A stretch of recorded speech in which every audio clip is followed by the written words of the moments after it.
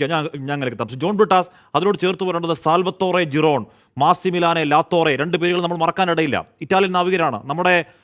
നമ്മുടെ പാവം മത്സ്യത്തൊഴിലാളികളെ ഒരു പ്രകോപനമില്ലാതെ വെടിവെച്ച് കൊന്നവരാണ്. നമ്മളിവിടെ മർഡർ കുറ്റം ചുമത്തിയവരാണ്. അവരെ ചുമത്തി അറസ്റ്റ് ചെയ്തു. ഉടനെ പറന്നിറങ്ങിയില്ലേ? ഇറ്റലിയിലെ പ്രധാനപ്പെട്ട ആളുകളോട് പറന്നിറങ്ങിയില്ലേ? എന്നിട്ട് അവരെ ഇവിടുന്ന് ഇറ്റലിയിലേക്ക് കൊണ്ടുപോയില്ലേ? ആ കേസ് അന്തരീക്ഷത്തിൽ ആവിയായി പോയില്ലേ? ഒരു രാജ്യം അതിൻ്റെ പൗരന്, അവരാരുമായിക്കോട്ടെ, കൊടുക്കുന്ന വിലയല്ലേ സാർ അത്? നമ്മുടെ പൗരന് നമ്മുടെ രാജ്യം കൊടുക്കുന്ന വിലയാണോ സാർ ഇന്ന് കണ്ടത്? ജോൺ ബ്രിട്ടാസ്. ഹാഷ്മി, അതായത് ഇപ്പോൾ ഒരു അമേരിക്കൻ പൗരന് എന്തെങ്കിലും ഒരു ചെറിയ അത്യാഹിതം സംഭവിച്ചാൽ അമേരിക്കൻ എംബസി പൂർണ്ണ സജ്ജമായിട്ട് അതിന് പിന്നാലെ ഉണ്ടാവും. എനിക്ക് തന്നെ അറിയാവുന്ന ഒരുപാട് കേസുകൾ ഇവിടെയുണ്ട്. ചെറിയ കാര്യങ്ങളായിരിക്കാം, ഒരുപക്ഷെ ഒരു എംബസിയുടെ ഇടപെടൽ വേണ്ടതില്ലെങ്കിൽ പോലും എംബസി പൂർണ്ണമായിട്ടും അതിൻ്റെ പിന്നിൽ വരും. ഇപ്പം ഇറ്റാലിയൻ മറൈൻസിൻ്റെ കാര്യത്തിൽ ഹാഷ്മി പറഞ്ഞത് വളരെ കൃത്യമാണ്. ഇറ്റാലിയൻ ഗവൺമെൻറ്റാണ് നഷ്ടപരിഹാരം കൊടുത്തത്. നോക്കുക, ആ വ്യക്തികളൊന്നുമല്ല, ഗവൺമെൻറ് നഷ്ടപരിഹാരം കൊടുത്ത് ഇവരെയും കൊണ്ടുപോയി. ഇപ്പോൾ ഇവിടെ ചർച്ച ചെയ്യുമ്പോൾ കടന്നുകൂടിയ ചില അപാകതകളോ തെറ്റുകളോ ഞാൻ ചൂണ്ടിക്കാണിക്കട്ടെ. എനിക്കറിയില്ല, ഗവൺമെൻറ്റിന് വേണ്ടിയിട്ട് ഇവിടെ വാദഗതികൾ ഉന്നയിച്ച അദ്ദേഹം ഈ കുവൈറ്റ് ഇവാക്യുവേഷൻ്റെ കാര്യം പറഞ്ഞു. ഒന്നുകിൽ അദ്ദേഹം ഗ്രഹപാഠം ചെയ്തിട്ടില്ല, അതല്ലെങ്കിൽ അദ്ദേഹത്തിന് അറിയില്ല. 1990 ഞാൻ ഡൽഹിയിൽ മാധ്യമപ്രവർത്തകനായിരിക്കുമ്പോൾ നടന്ന ഒരു എവാക്യുവേഷനാണ് IK ഗുജറാളിൻ്റെ നേതൃത്വത്തിൽ. അന്ന് KP ഉണ്ണികൃഷ്ണൻ, മലയാളികളുടെ ഏറ്റവും പ്രധാനപ്പെട്ട നേതാവ്, കേന്ദ്രമന്ത്രി, അദ്ദേഹം അതിൻ്റെ നേതൃത്വം വഹിച്ചിരുന്നു. ഇന്ത്യയുടെ ചരിത്രത്തിലെ സുവർണ ലിപികളിൽ എഴുതപ്പെട്ട എവാക്യുവേഷനായിട്ടാണ് അതിനെ കണ്ടത്. ഒരു സൈനിക വിമാനം അങ്ങോട്ട് അയച്ചില്ല എൻ്റെ സ്നേഹിത. 1,70,000 ഇന്ത്യക്കാരെ കൊണ്ടുവന്നു. എയർ ഇന്ത്യ ഗിന്നസ് ബുക്കിൽ സ്ഥാനം പിടിച്ച എവോക്കേഷനാണ് ചരിത്രത്തിൽ. അതിനെയാണ് ഇപ്പോൾ താങ്കൾ ഇവരെ ഈ ചെയിനിട്ടിട്ട് കയ്യാമം വെച്ച് കൊണ്ടതുമായിട്ട് താരതമ്യം ചെയ്ത്. ഒന്നുകിൽ താങ്കളെ ആരോ തെറ്റിദ്ധരിപ്പിച്ചു, അതല്ലെങ്കിൽ താങ്കൾക്ക് ഇതിനെക്കുറിച്ച് അറിയില്ല. ഞാനതിന് നേരിട്ട് സാക്ഷ്യം വഹിച്ച ആളാണ്. അവിടെ നിന്ന് വന്ന ആൾക്കാരെ കാണുകയും അവരുടെ അടുത്ത് നിന്ന് പല കാര്യങ്ങൾ ചോദിക്കുകയും. അന്ന് മലയാളികൾ എത്ര സന്തുഷ്ടരായിരുന്നു. അന്ന് കുവൈറ്റിൽ നിന്ന് വന്ന മലയാളികൾ ഇപ്പോഴും നമ്മോടൊപ്പം ഉണ്ടല്ലോ. അവരോട് ചോദിച്ചു ഏത് രീതിയിലാണ് കേന്ദ്ര സർക്കാർ കൈകാര്യം ചെയ്യുന്നത്. ഇപ്പോഴും കേന്ദ്ര സർക്കാർ എവാക്യുവേഷൻ നടത്തുമ്പോൾ, അതായത് ഉക്രൈനിൽ നിന്ന് വിദ്യാർത്ഥികളെ കൊണ്ടുവന്ന സമയത്തും ആ 90-ലെ കുവൈറ്റ് എവോക്കേഷൻ്റെ ആ മാതൃകയാണ് പിന്തുടരുന്നതെന്നുള്ള കാര്യം എൻ്റെ സ്നേഹിതൻ മനസ്സിലാക്കുക. 2, ഇത് ചെറിയ അംഗസംഖ്യയല്ല ഹാഷ്മി. ഇപ്പം വിൻസെൻ്റ് പറഞ്ഞതിൽ ചെറിയ അപാകതയുണ്ട്. ഇപ്പോൾ ഞാൻ എക്സ്റ്റേണൽ അഫയേഴ്സ് വിദേശകാര്യ സ്റ്റാൻഡിംഗ് കമ്മിറ്റി അംഗമാണ്. ഇന്നലെ കൂടി ഞങ്ങളുടെ യോഗം നടന്നപ്പോൾ ഈ അംഗസംഖ്യ സംബന്ധിച്ചുള്ള ഒരുപാട് ചോദ്യങ്ങൾ ഉയരുന്നു. 7,25,000 ഇല്ലീഗലായിട്ടുള്ള ഇന്ത്യക്കാരുടെ പട്ടികയാണ് അമേരിക്കയുടെ പക്കലുള്ളത്. 7,25,000. അത് 2023, 24 വരെയുള്ള കണക്കാണ്. അതിനുശേഷമുള്ള കണക്ക് ഇനിയും വരാനുണ്ട്.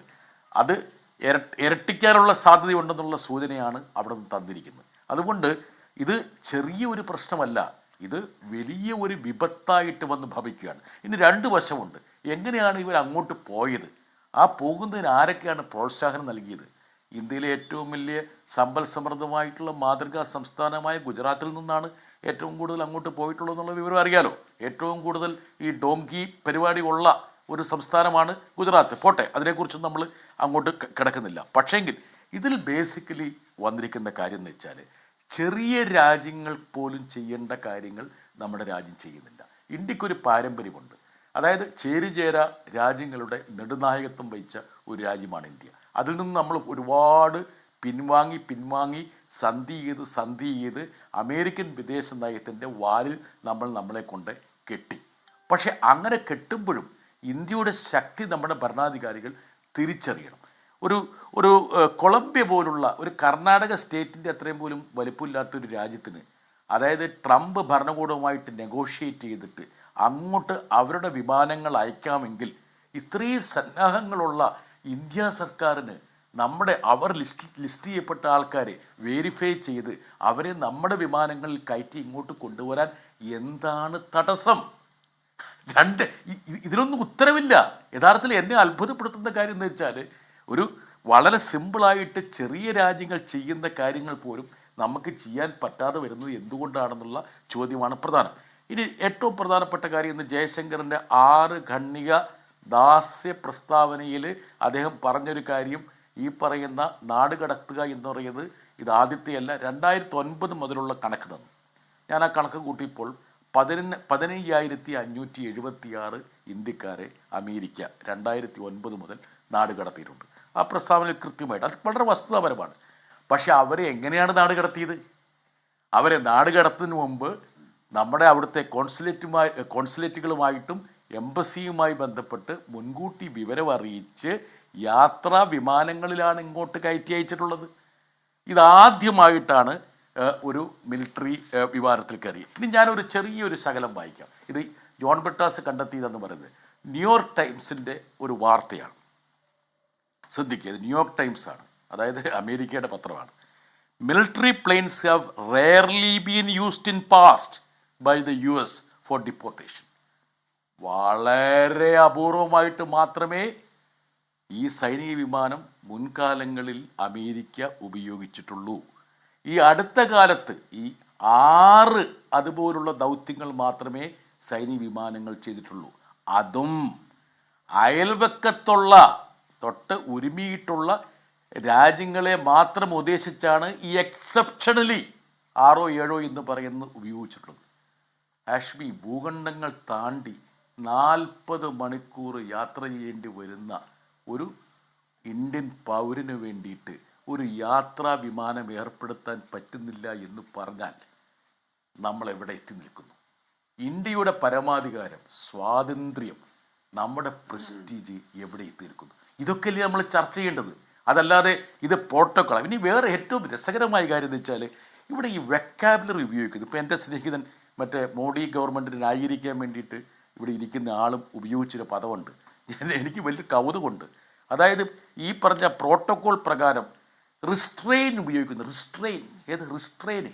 എന്താ റിസ്ട്രെയിൻ? സാറേ, മലയാളിക്ക് മനസ്സിലാകുന്ന ഭാഷയിൽ, ജനങ്ങൾക്ക് മനസ്സിലാക്കുന്ന ഭാഷ പറ. റിസ്ട്രെയിനാ? എന്താ റിസ്ട്രെയിൻ എന്ന് പറഞ്ഞാൽ? കയ്യാമം അല്ലെങ്കിൽ കാലിൽ ചെങ്ങല. നിങ്ങൾക്ക് അങ്ങനെ പറഞ്ഞുകൂടെ? അതിന് സാധാരണക്കാർക്ക് മനസ്സിലാകുന്നൊരു ഭാഷയുണ്ടല്ലോ. ഒന്നിലെ കയ്യാമം വെക്കും, അല്ലെങ്കിൽ കാലിൽ ചെങ്ങലയിടും. നിങ്ങൾ ഇങ്ങനത്തെ ആർക്കും മനസ്സിലാകാത്ത ചില പദാവലികൾ എന്തിനാണ് എടുത്തുപയോഗിക്കുന്നത്? ഇത് ആരെ കബളിപ്പിക്കാൻ വേണ്ടിയാണ് നിങ്ങൾ ഉപയോഗിക്കുന്നത്? അതായത് ഇത് ഇങ്ങനത്തെ ഉള്ള ചപ്പടാച്ചുകളിലൂടെയൊന്നുമല്ല നമ്മൾ ഇതുപോലത്തെ ഗൗരവമായിട്ടുള്ള വിഷയത്തെ കാണേണ്ടത്. അതായത് 7,25,000 ഇന്ത്യക്കാർ ഇങ്ങോട്ട് കയറ്റിവിടുന്ന ഒരു വക്കിൽ നിൽക്കുന്നു. അവരെ എങ്ങനെ നമ്മൾ കൊണ്ടുവരും? അവരെ തിരിച്ചെടുക്കണം, ഒരു സംശയമില്ല. എന്താ കാരണം എന്ന് വെച്ചാൽ അവർ അനധികൃതമായി പോയതാണ്. അമേരിക്കയ്ക്ക് വേണ്ടെങ്കിൽ നമ്മളവരെ തിരിച്ചെടുക്കണം. പക്ഷേ എടുക്കാൻ വേണ്ടിയിട്ട് സ്വാഭാവികമായിട്ടും നമുക്കൊന്ന് നെഗോഷിയേറ്റ് ചെയ്തുകൂടെ? ഇപ്പോൾ ഞാൻ നേരത്തെ സൂചിപ്പിച്ച റിപ്പോർട്ട് തന്നെ പറഞ്ഞിട്ടുണ്ടല്ലോ, 2024 നവംബറിൽ അമേരിക്ക തന്നെ ഏകപക്ഷീയമായിട്ട് അവരുടെ റിപ്പോർട്ടിൽ കോപ്പറേറ്റ് ചെയ്യാത്ത രാജ്യങ്ങളുടെ പട്ടികയിൽ നമ്മളെ പെടുത്തിയിട്ടുണ്ട്. അതെന്തുകൊണ്ട് നിങ്ങൾ റിപ്പോർട്ട് ചെയ്തില്ല ഇതുവരെ? നിങ്ങൾ എന്തുകൊണ്ട് ഇത് അറിയിച്ചിട്ടില്ല? എക്സ്റ്റേണൽ അഫയേഴ്സ് സ്റ്റാൻഡിംഗ് കമ്മിറ്റിയിൽ ഞങ്ങൾ നിരന്തരം ചോദിച്ചപ്പോഴും അവരെന്താ പറയുന്നത്? ഞങ്ങൾക്കിപ്പോൾ പറയാൻ പറ്റില്ല എന്നാണ് പറയണേ. എന്തുകൊണ്ട് പറയാൻ പറ്റുന്നില്ല? ഇതൊരു ജനാധിപത്യ രാജ്യമല്ലേ? അതായത് ജനപ്രതികളുടെ ചോദ്യത്തിന് ഉത്തരം പറയുക എന്നുള്ളതല്ലേ എക്സിക്യൂട്ടീവിൻ്റെ അക്കൗണ്ടബിലിറ്റി? ഇന്ത്യയുടെ ചരിത്രത്തിൽ രാജ്യസഭയിൽ ഞാൻ എത്രയോ 3-3.5 പതിറ്റാണ്ടായിട്ട് കാണുക. അതെ, രാജ്യസഭയുടെ കീഴ്വഴക്ക പ്രകാരം ഒരു മന്ത്രി ഒരു പ്രസ്താവന നടത്തിയാൽ അംഗങ്ങൾക്ക്, ഏതാനും അംഗങ്ങൾക്ക് ചോദ്യം ചോദിക്കാനുള്ള അവകാശമുണ്ട്. അത് ലോകസഭയിലില്ല, രാജ്യസഭയിൽ മാത്രമാണ്.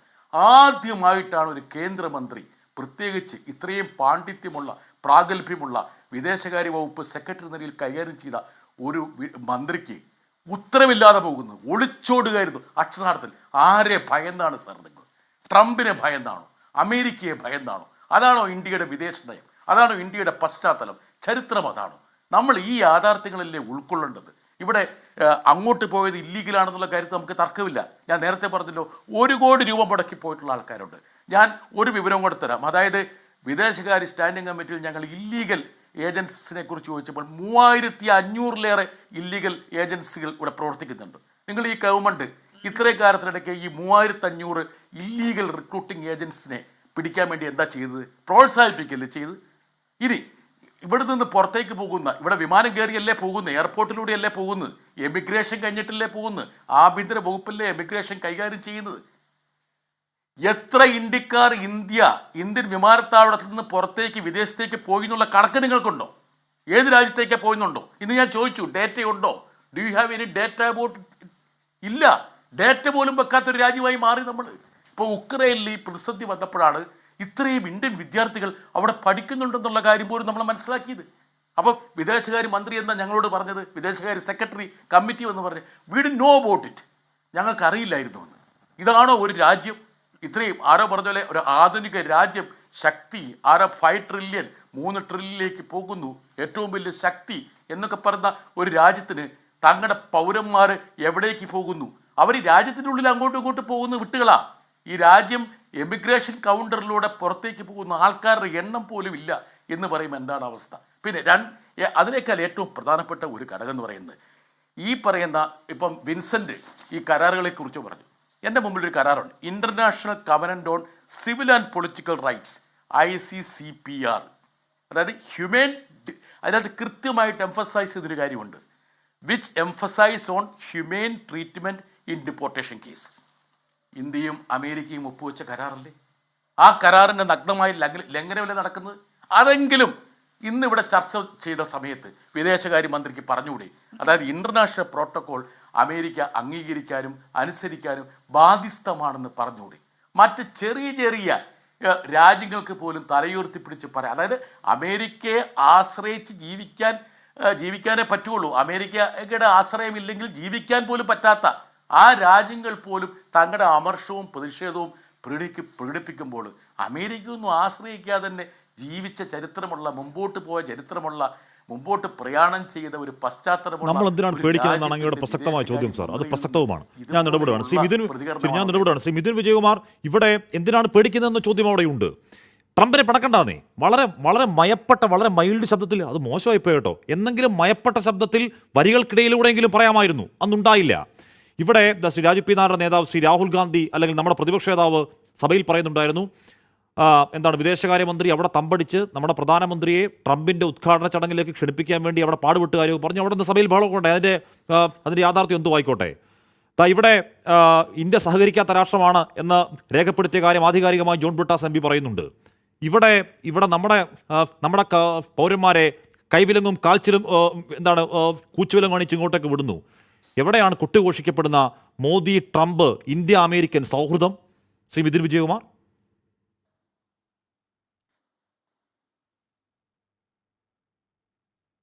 അതിന് ഞാൻ ഉത്തരം പറയാം ഹാഷ്മി. പക്ഷേ എനിക്ക് മുമ്പേ സംസാരിച്ച മാന്യനായ നമ്മുടെ MP അദ്ദേഹം ഇവിടെ ചപ്പടാച്ചി എന്നൊക്കെ ഒരു പ്രയോഗം നടത്തിയിട്ടാണ് ഞാൻ പറഞ്ഞ വാദങ്ങളല്ല എന്നെ തന്നെ അദ്ദേഹം ഇൻഡിക്കേറ്റ് ചെയ്യാൻ നോക്കിയത്.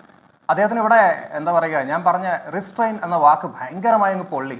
എന്തായാലും ജോൺ ബ്രിട്ടാസ്, താങ്കൾ പാർലമെന്റിൽ പോയിട്ട് ഈ രാജ്യം മൊത്തം കേൾക്കാൻ വേണ്ടി പറയുന്ന കഷ്ണമുറി ഇംഗ്ലീഷിനേക്കാളും എന്തുകൊണ്ടും മലയാളിക്ക് മനസ്സിലാവുന്ന ഒരു ഭാഷയാണ് റിസ്ട്രെയിൻ. അത് താങ്കൾക്ക് മനസ്സിലായിശുദ്ധിയൊക്കെ വരുത്തിയിട്ട് മനസ്സിലാവുന്ന രീതിയിൽ താങ്കൾ സംസാരിക്കും.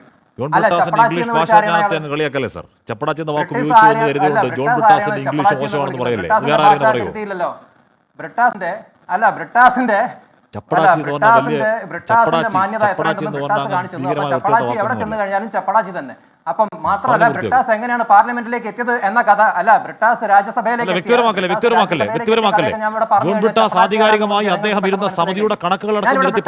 ഞാൻ അദ്ദേഹം പറഞ്ഞ വിഷയത്തിലേക്ക് വരാം. അതെ, അദ്ദേഹം പറഞ്ഞ കാര്യത്തിലേക്ക് തന്നെ വരാം. ബ്രിട്ടാസിന് ഇവിടെ Carnegie Endowment for International Peace എന്നൊരു പ്രസ്ഥാനത്തിന്റെ പേര് അറിയാമോ? എന്താ അവർ ചെയ്യുന്നത് അറിയാമോ? ഞാൻ അദ്ദേഹത്തോട് ഡയറക്റ്റായി ചോദിക്കുകയാണ്.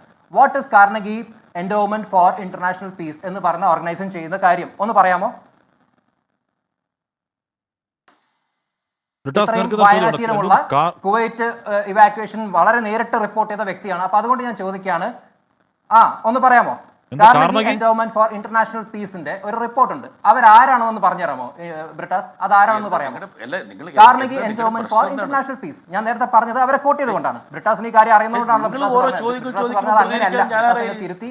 വായനാശീലം ഇല്ല, അദ്ദേഹം അത് വായിച്ചിട്ടില്ല, എവിടെ നിന്ന് ഇങ്ങനെയുള്ള ഈ എന്താ പറയാ ഇത്രയും പരാമർശങ്ങൾ ചോദ്യങ്ങൾക്കൊന്നും ഉത്തരം പറയേണ്ട കാര്യമില്ലല്ലോ. എന്ത് വേഷം? ഞാൻ ചപ്പടാച്ചി എന്ന് പറഞ്ഞാൽ ഉദ്ദേശിക്കുന്നത് എന്താണ്? അല്ല, താങ്കൾക്ക് അതിൽ ഉത്തരം അറിയില്ല. അപ്പൊ താങ്കൾ അറിയാത്ത കാര്യങ്ങളുണ്ടെങ്കിൽ താങ്കൾ മിണ്ടാതിരിക്കുക, അല്ലാതെ മറ്റുള്ളവരെ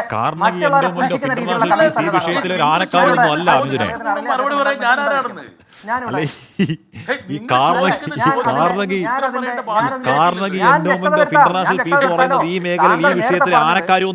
അദ്ദേഹം നേരത്തെ പറഞ്ഞത് അതെല്ലാവരും അറിഞ്ഞിരിക്കേണ്ട ആനക്കാര്യമൊന്നും അല്ല. ഹാഷ്മി ഇത്രയും ജീനിയസ് ആയിട്ടുള്ള മനുഷ്യന് ഇത്രയും അല്ല, അദ്ദേഹം 1990 ഇഷ്യൂമായിട്ട് ബന്ധപ്പെട്ട കുവൈറ്റ് ഇവാക്വേഷന്റെ കാര്യമായിട്ട് ബന്ധപ്പെട്ട ഒരു കാര്യമല്ല അദ്ദേഹം പറഞ്ഞത്. ഇൻഡിപെൻഡന്റ് അനാലിസിസ് അത്രേ ഉള്ളൂ അതിന് പ്രാധാന്യം. ഞാൻ എന്തോ വിളിച്ച് പറഞ്ഞതാണ്. അവിടെ ഇവിടെ മിഥുൻ വിജയകുമാർ രാജ്യത്തിന്റെ പാർലമെന്റിൽ ഇന്ന് കേട്ട അദ്ദേഹം ഇരുന്ന സമിതിയുടെ കണക്കടക്കം വെച്ച് ആധികാരി പറയുമ്പോൾ ഏതോ കർണകി പറയുകയാണോ? അതൊരു ഇൻഡിപെൻഡന്റ് അനാലിസിസ് ആണ്, ഒരു കാര്യമില്ല. ചർച്ച കൊളാക്കാനും ഞാൻ സമ്മതിക്കില്ല. ഇടപെട്ടുകൊണ്ടിരിക്കണ്ട. താങ്കൾക്ക് മറുപടി ഇല്ലെങ്കിൽ എന്തെങ്കിലും ഗൂഗിളിൽ തെളിഞ്ഞ് ഈ പറഞ്ഞ കർണകി എന്നൊക്കെ എടുത്തുകൊണ്ട് വന്ന് മുട്ടാപ്പുക ചർച്ചയുടെ ദിശ മാറ്റിക്കളയല്ലേ? അതുകൊണ്ട് പറഞ്ഞ ഞാൻ മറുപടിയല്ലേ പറഞ്ഞത്. അദ്ദേഹം കുവൈറ്റുമായി ബന്ധപ്പെട്ട വിഷയത്തിൽ എനിക്ക് അതിനെക്കുറിച്ച് ഒരു വിവരമില്ലാന്ന് അദ്ദേഹം പറഞ്ഞത്. അപ്പൊ അത് ഞാൻ വ്യക്തത വരുത്തണ്ടേ?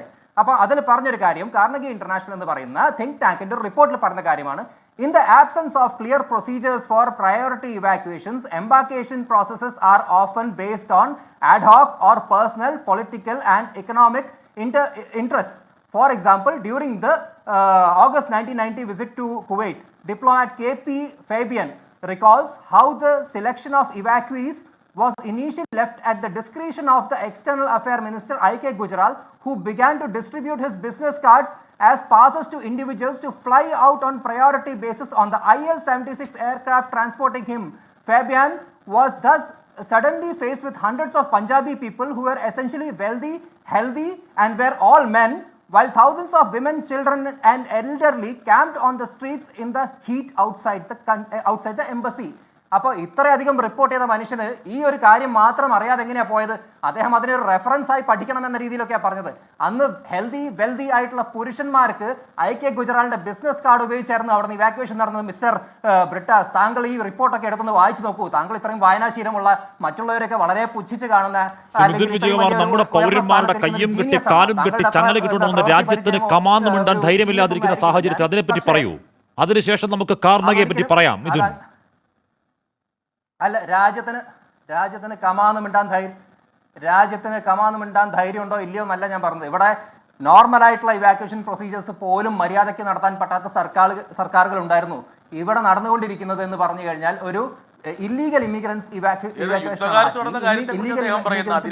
പ്രൊസീജിയേഴ്സിൽ അവരുടെ SOP, സ്റ്റാൻഡേർഡ് ഓപ്പറേറ്റിംഗ് പ്രൊസീജിയേഴ്സ്. ഇനി SOP എന്ന് പറഞ്ഞാൽ ഏതോ ലോകത്ത് നിന്ന് ഉണ്ടാക്കിയെടുക്കുന്ന വാക്കാന്ന് ബ്രിട്ടാസ് പറയും.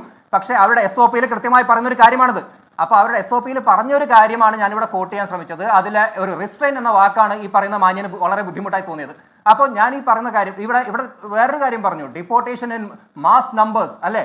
ഇത്രയും വലിയ, അതായത് എയർക്രാഫ്റ്റ് കാരിയറിന് കപ്പാസിറ്റി ഉള്ള 104 ആളുകളെയാണ് തിരിച്ചു കൊണ്ടുവന്നാണ് ഞാൻ മനസ്സിലാക്കുന്നത്. അപ്പം ഇത്ര കപ്പാസിറ്റി ഇല്ലാത്ത ഒരു മാസ് ഇവാക്യുവേഷൻ ഒന്നുമല്ല, ഇറ്റ്സ് എ നോർമൽ പ്രൊസീജിയർ. ഓരോ വർഷത്തെയും കണക്ക് പരിശോധിക്കണമെങ്കിൽ അതിന്റെ കൃത്യമായ കണക്കെന്ന് ഇക്കാലം അത്രയും ഇല്ലാത്ത താങ്കൾ പറയുന്ന റിസ്ട്രെയിൻ, കൈവിലങ്ങും കാൽച്ചങ്ങലയും ഇപ്പോൾ ഉണ്ടാവുന്ന എന്തുകൊണ്ടാണ് മിഥുൻ? നേർക്കുനേർ ചോദ്യമാണ്. ഇക്കാലം അത്രയും ഇല്ലാത്ത താങ്കൾ ഈ SOP-യിൽ പറയുന്ന, താങ്കൾ ഈ ISOB-യിൽ പറയുന്ന, താങ്കൾ ഈ കാർണഗിയിൽ പറയുന്ന റിസ്ട്രെയിൻ, ഇക്കാലം അത്രയും ഇല്ലാതിരുന്ന കൈവിലങ്ങും കാൽച്ചങ്ങലയും ഇക്കുറി മാത്രം ഉണ്ടായത് എന്താണ് മിഥുൻ? ഹാഷ്മി ഇതിലെ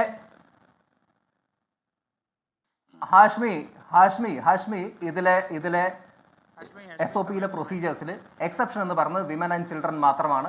ടോയ്ലറ്റിൽ പോകാനുള്ള സൗകര്യമുണ്ട്. ശരി, അതിന് മറുപടി താങ്കൾക്കുമില്ല, ഇന്ന് ജയശങ്കറിനുമില്ല, നമ്മുടെ വിദേശകാര്യമന്ത്രിക്കുമില്ല. ആയിരിക്കും. അത് അവരുടെ SOP-യിലുള്ള ഒരു കാര്യമാണ്, അത് അവരുടെ സ്റ്റാൻഡേർഡ് പ്രൊസീജിയറാണ്. അപ്പൊ താങ്കൾക്ക് അല്ല, ഇത് സിവിലിയൻ വിമാനത്തിൽ കൊണ്ടുവന്ന ആൾക്കാരുടെ കാൽച്ചലങ്ങ് ഇക്കാലം അത്ര ഉണ്ടായിരുന്നില്ല. എന്തുകൊണ്ടാണ് ഇപ്പൊ മാത്രം SOP? താങ്കളുടെ കാലത്തും ഇങ്ങനെയായിരുന്നു. അങ്ങനെയല്ല, എല്ലാ കാലത്തും ഈ കാൽച്ചലം ഉണ്ടായില്ല, എല്ലാ കാലത്തും ഈ കൈവലം ഉണ്ടായില്ല, എല്ലാ കാലത്തും ഈ അവഹേളനവും നെറുകേടും ഉണ്ടായിട്ടില്ല. ഹാഷ്മി, ഇതില് ഉണ്ടായിരുന്നു ഹാഷ്മി, എല്ലാ കാലത്തും ഉണ്ടായിരുന്നു ഹാഷ്മി. എല്ലാ കാലത്തും ഉണ്ടായിരുന്നില്ല മിഥുൻ. സ്റ്റാൻഡേർഡ് പ്രൊസീജിയർ ആണ്. ഇതാണ് ഞാൻ കോട്ട് ചെയ്ത് പറഞ്ഞത്. എല്ലാ കാലത്തും ഉണ്ടായിരുന്നില്ല മിഥുൻ. ഒന്ന് കാണിച്ചു തരാമോ? ഒരു സിവിലിയൻ വിമാനത്തിൽ ഇവിടെ വന്നിറങ്ങി ഒരു കൈച്ചലങ്ങും കാൽവലങ്ങും അണിഞ്ഞ ഒരു ഇന്ത്യക്കാരനെ കാണിച്ചു തരാമോ? രാഷ്ട്രീയ പ്രേരിതമായിട്ട് ഇതിനെ മാറ്റാൻ ശ്രമിക്കുകയും ഈ ഒരു വിഷയത്തെ മാറ്റിമറിച്ചുകൊണ്ട് ശരി ഇത് എത്രയോ കാലമായിട്ടുള്ള പ്രൊസീജിയറാണ്. അവരുടെ സ്റ്റാൻഡേർഡ് ഓപ്പറേറ്റിംഗ് പ്രൊസീജിയർ അങ്ങനെ പറയുന്നുണ്ടെങ്കിൽ അവരത് ചെയ്യുന്നു എന്നാണ് അതിന്റെ അർത്ഥം. ശരി, ഓക്കെ. അങ്ങനെ അസംഷൻ കാര്യമില്ല.